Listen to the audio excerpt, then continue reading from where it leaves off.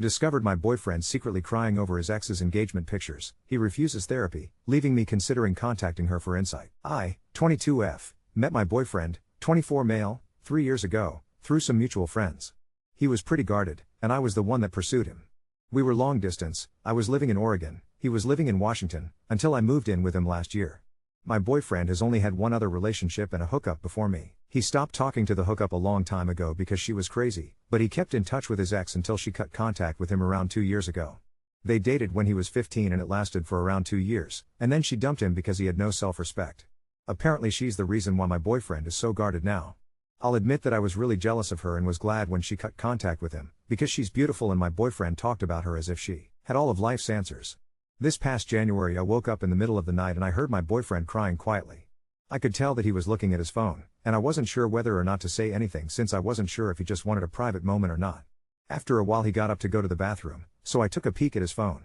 He was on Facebook, looking at his ex's profile. She had gotten engaged and there were pictures of the ring and everything. It's been 2 months now, and my boyfriend has been breaking down out of nowhere. I keep asking him to talk to me about it, but he won't. I told him to talk to a therapist, and he got really insulted and said that he doesn't believe in therapy. I'm unsure of what to do, since this happens at least twice a week. I love him, but he's always seemed a bit distant to me and obviously this woman is the reason why. Should I contact her and ask her if she has any insight? I'm starting to think that she must have said something to upset him like this, because he didn't seem that bothered when his ex was dating other people. Update 1.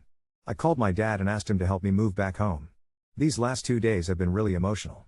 My boyfriend was gone all day yesterday. He was gone when I woke up. That's fine, I assumed he went to work early, but he still wasn't home when I went to bed. I texted him once when I woke up to say good morning, and twice at night, one asking if he was coming home for dinner, and another asking if he was alright.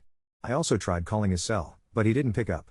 I thought that I deserved some answers, so I decided to snoop something that I've done once before, when I was feeling insecure about his relationship with his ex.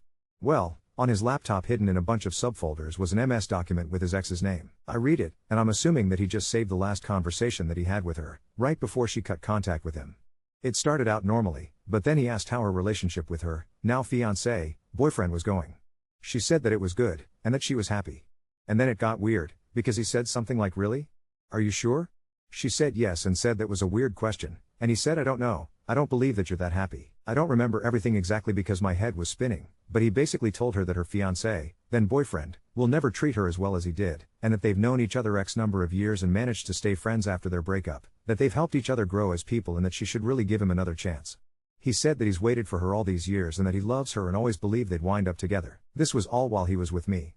She called him an asshole and told him that he had a lot of balls to say all that to her when she told him a long time ago that they're only ever going to be friends, and that he's an even bigger asshole for doing this while they were both in relationships. She told him to go to hell and to break up with me for my sake, because I deserve better. My boyfriend woke me up this morning by calling my cell, and telling me to come to the kitchen. He said that he made breakfast.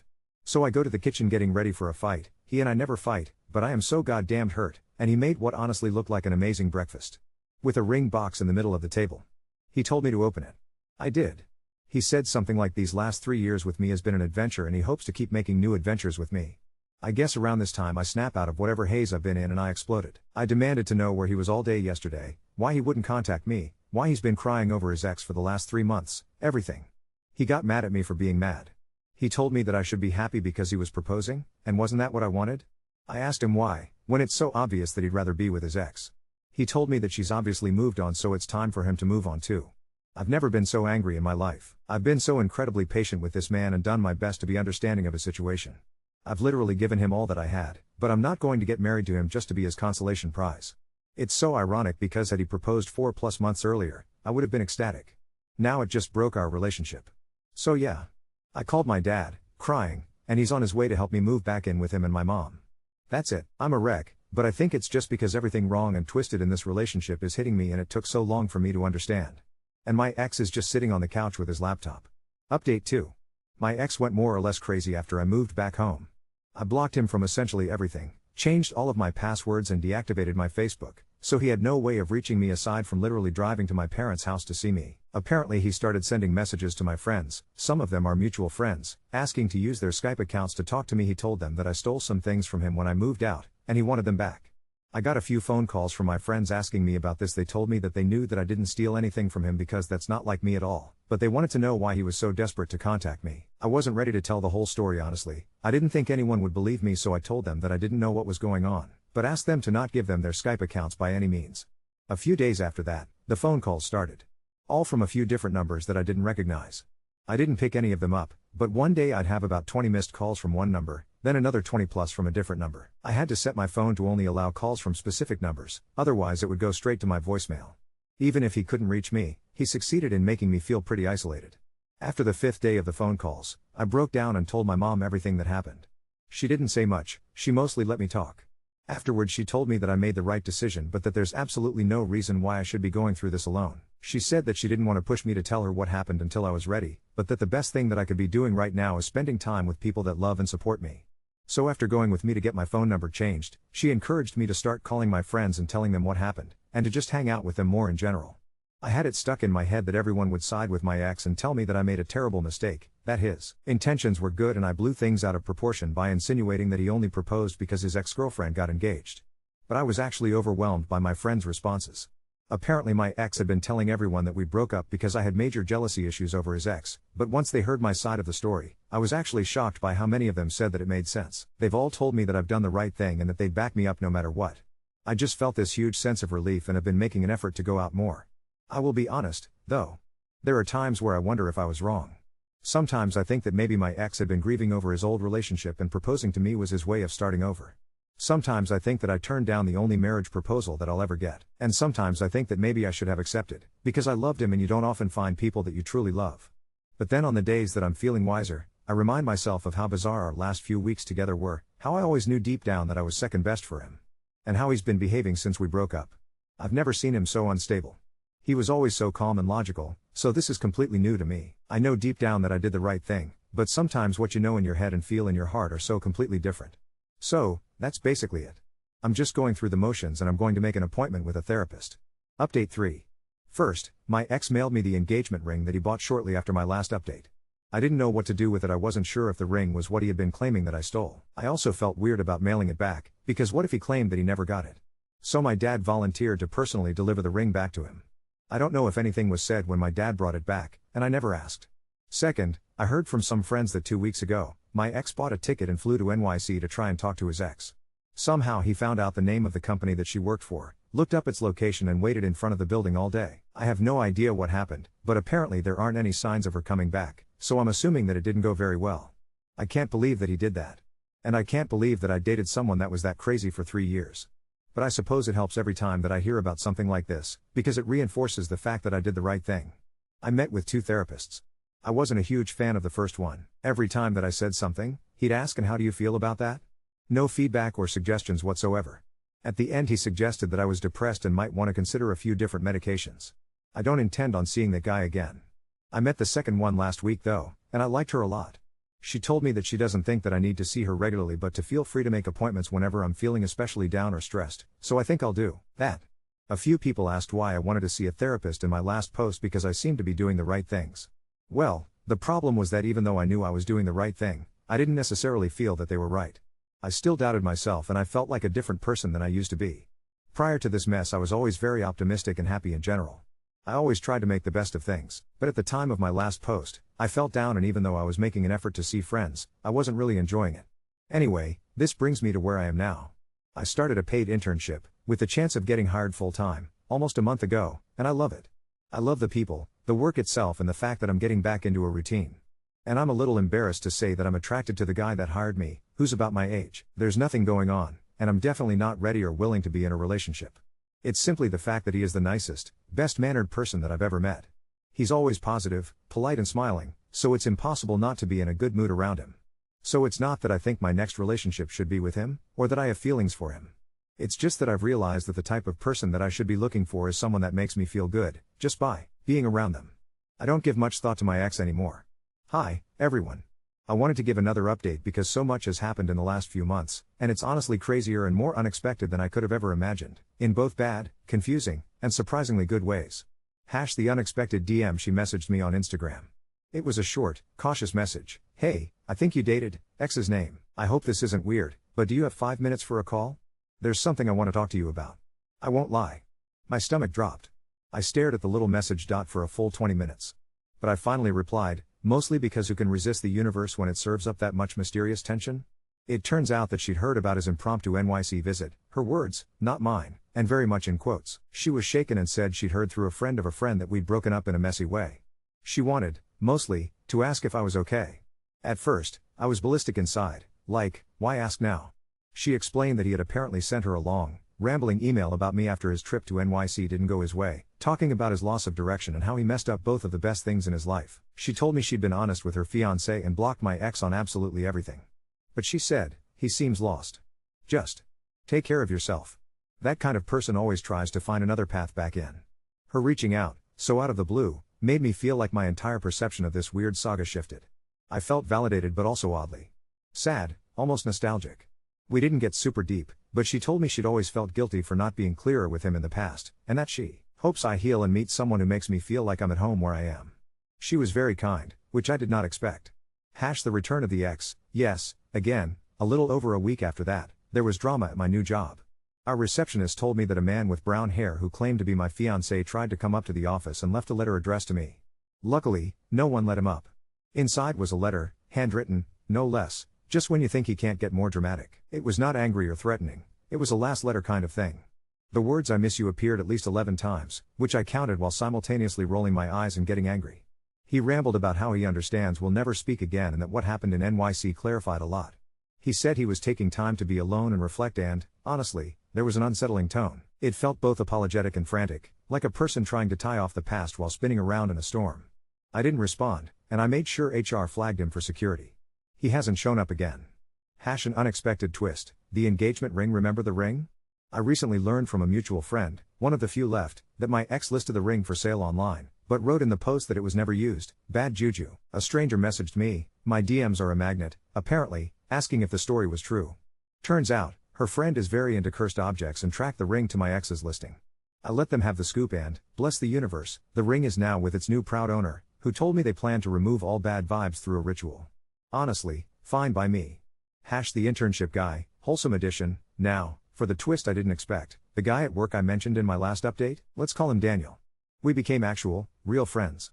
It started as lunch break venting, became mutual post-work hikes, my area is gorgeous in the spring, then migrated into weekend group hangouts. I feel like I'm regaining the part of myself that got lost, the part that wants to try new things, not out of desperation, but because joy is actually an option. I'm not saying it's romantic because it's definitely not, at least, not yet. It's just honest. Effortless. For the first time in years, my happiness doesn't feel entangled with someone else's needs or pain. I have no idea what the future holds there, but it feels like the right direction, whatever it is. Therapy, real healing, realizations. My new therapist is blunt. After I told her everything, she told me, you fell victim to someone else's cycle and confusion.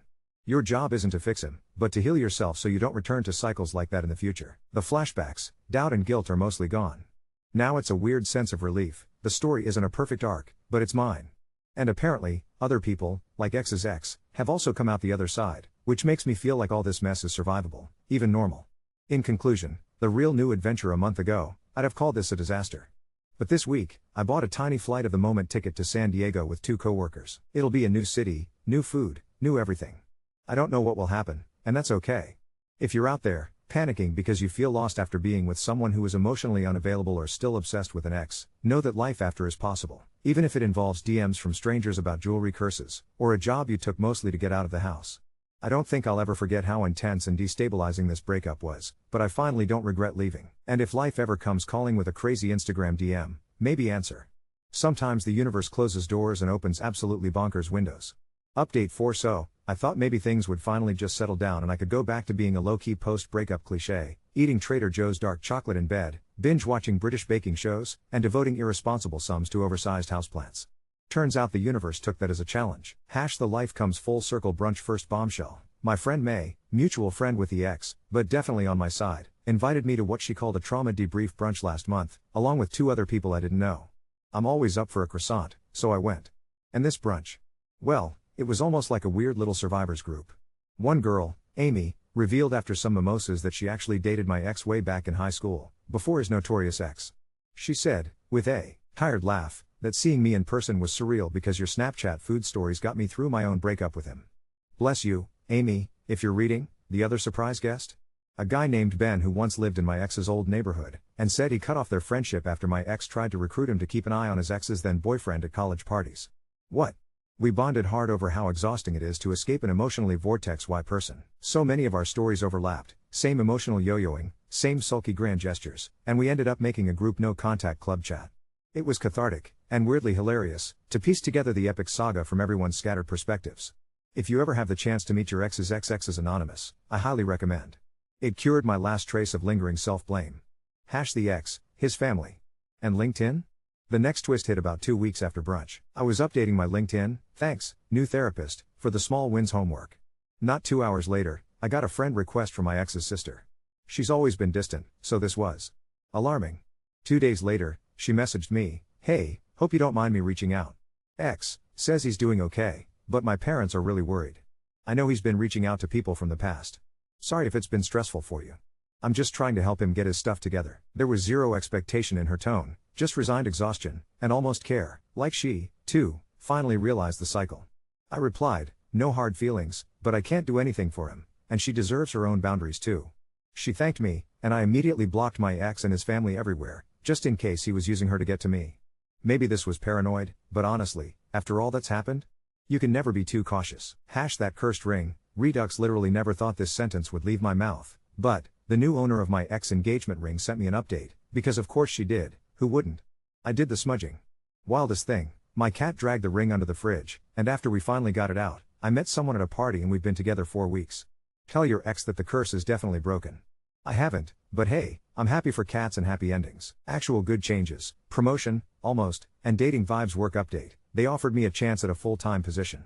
The old me would probably have called my ex and babbled about it for an hour, because of course a new job was always something he wanted to fix for me. The current me did a happy solo dance in my kitchen, told my mom and May, and the group chat of ex-exes. They went wild, and then Daniel offered to take me out for ice cream to celebrate. Daniel, still sweet, no pressure, and very much good for my soul. I still won't risk diving into anything romantic too quick. Therapy's been my weekly lifeline and I can see my patterns now. But I realized, walking with him through the park after work, that I didn't feel nervous, or less than, or on shaky ground for the first time in forever. He even laughed gently when I offhandedly said, "My trauma voice in my head says you're clearly a serial killer, but my real self thinks you might just be a really decent guy." He just said, "Give your brain a gold star for caution. And maybe a little ice cream for bravery." Ugh. Why do they get to exist only after we collectively go through hell first? The exorcism of X-Energy road trip. Here's a fun one. On a whim, May and Ben, the other no contact club folks, and I planned a weekend trip to the coast. Ocean air, bad karaoke, collecting ugly seashells, and playing a 3-hour game of who has the worst breakup story. I came second to Ben, who was once serenaded at 2 a.m. by an ex's bagpipe band. No context. None given. None needed. At sunset, I burned a silly, angry poem I wrote months ago on the beach. I half expected to feel dumb, but instead I felt so much lighter, like tossing away the last bits of ash left from that oppressive old life. Final chapter? Not yet, but am I over everything? Not totally. Still working on feeling okay with trust, still deleting his number whenever I run across it scribbled on an old post-it. But here's what's true now, I see my own story differently. Not as someone who lost something, but as someone who survived something bad and built something much better. I've made new, unexpectedly close friends through absolutely wild circumstances. I've learned that if someone feels like a locked door, it's not my job to break through. I can just walk away, and sometimes, walk toward people who open windows. Seriously, if you're reading this and living through your own messy, confusing, was I the crazy one? Break up, please stick it out. Real life isn't a romance movie, there's no neat resolution, but there is hilarious group therapy, unexpected friendships, weirdly cursed jewelry, and a million tiny good things you didn't even realize you were missing. And if your ex ever tries to show up at your office, just tell security ahead of time. And maybe invest in a big, bitey cat. Update 5. Number 1. The accidental reunion at the farmer's market. It had been almost 4 months since the exorcism road trip, and I was finally living like a person with a normal sleep schedule, flourishing pothos plants, and a work badge that actually had my name spelled right. So obviously, I ran into my ex, not in a dramatic, cinematic, rain-soaked, violin soundtrack way, more like, I was in line for kettle corn, asking May if she thought tomatoes with cat faces were cursed, when he walked up behind me. I did not think, I did not process. I dropped my sunglasses and said the most unhinged thing possible, which was, "Oh, hell, is this a flash mob for my anxiety? R.I.P., me." He kind of half laughed and said hi in that voice people use when pretending they've seen you, like, on TV, and not in disastrous 3D. May, the absolute MVP, slid between us like a Secret Service agent. He looked tired? Not bad, just sort of flattened, like leftover soda. After the world's frostiest small talk, "Glad to hear you're alive," he politely said, "I've been working on myself. Thanks for everything. I hope you're really happy." And that was it. Maybe the most normal, boring ending in the history of our melodrama. Reader, that's when I realized I wasn't nervous. I wasn't even shaking. May gave him what she later termed the librarian stare of doom. We walked away, and my heart rate didn't even hit elevator adjacent levels. Progress, baby we. I did, however, buy the evil tomato. No regrets yet. Number 2. The No Contact Club lives. Since the brunch of the exes, our No Contact group chat has exploded into an actual thing, a monthly potluck event that rotates between our apartments. We call ourselves the Ghosted and Roasted Society because we can all cook and make bad breakup puns. Amy brought her new date this time. He was delighted to hear all our horror stories and tried to one-up Ben's bagpipe ballad by sharing his own 911-worthy prom night. May, now unionized as official mom friend, instituted a ban on talking about any exes for the first hour, so we actually talk about hobbies and win ugly thrift shop mugs in party games. This circle honestly saved me. For the first time, my friendships feel as emotionally rich as any relationship I've ever had. Number 3. Daniel upgrades to honest maybe Daniel, aka wholesome coworker guy. Well, we actually did have the talk. After 6 months of just being really, really good friends, one very damp Saturday hike turned into real conversation. He asked if I've ever thought about us as more than adventure buddies. My brain threw a DEFCON 1 panic, but I didn't run. I just told him everything, how scared I was, how I almost didn't believe good guys existed, how I liked myself best when I was with him, but didn't want to mess up the best friendship I'd had in years. He said, and I quote, "I know you don't need to be rescued. I just like you, okay with the possibility it ends up being something. But if all you want is someone to roast marshmallows with, I'll stick around anyway." For someone who only ever dated broody secret keepers, hearing that offer felt like inhaling fresh air after living in a closet. We haven't put labels on anything yet, we just hang out, and it's gentle and EASY. No ring boxes, no grand declarations, no pressure to be someone I'm not. Sometimes it's as simple as that. Number 4. The ring's legacy, really, this isn't over? Believe or not, the cursed ring's new owner, her name is Kat, because obviously, ended up on local news. Apparently, the cursed ring turned out to be part of a viral story about the luck-changing jewelry swap. She reached out again for my blessing after being asked to co-host a podcast about bizarre breakup tokens. I wish I were kidding. We had a totally surreal Zoom call. She's delightful, her new partner is hilarious and slightly terrified of the ring, and they now keep it next to a miniature gnome for insurance. If you Google Vancouver Cursed Engagement Ring Podcast, you'll probably find it. They changed my name, but my bad juju quote is immortal now. Maybe that's closure? Number 5. My ex's final act. One more plot twist, because of course, May texted me 2 weeks ago. Apparently, my ex is moving across the country for a totally new start. Someone spotted a social media post, leaving the past in the past. Working on myself. Wish everyone the best. No mentions of women, exes, or doomed engagement rings. It didn't sting. It didn't do anything, really. I just hope he truly is getting help now, away from all the old ghosts. Number 6. My new chapter for real. I got the job offer. It's official, I'm now a full-time staffer in a company not flooded by the ghosts of my early 20s. I signed a lease on my own apartment, bought a couch that's objectively too large for one person, and threw a housewarming party where the only drama was Ben's, truly horrifying, karaoke version of I Will Survive. Daniel helped me hang curtain rods and didn't take over the task like an HGTV show host. My houseplants are thriving, and so, it turns out, am I. I still go to therapy every once in a while. I still feel weird at the idea of forever. But I also feel possible. Like my future isn't something that will happen to me, but something I get to build, maybe slowly, but definitely on my terms. TLDR, the story and summary gifs, ran into X, felt nothing but pity and mild secondhand embarrassment. Group of exes plus mutual trauma equals strong, funny, supportive chosen family. Daniel, possibly my next adventure, or just my favorite person to roast marshmallows with. Cursed ring is now a viral legend. X moved far away, closure at last. New apartment, new job, new self. So if you're stuck in breakup limbo, here's my message: survive the chaos, collect your own survivors club, keep your heart open to new kinds of love, from friends, from yourself, maybe even someone new, and for the love of all things good, never keep a cursed engagement ring in a cardboard box under your bed.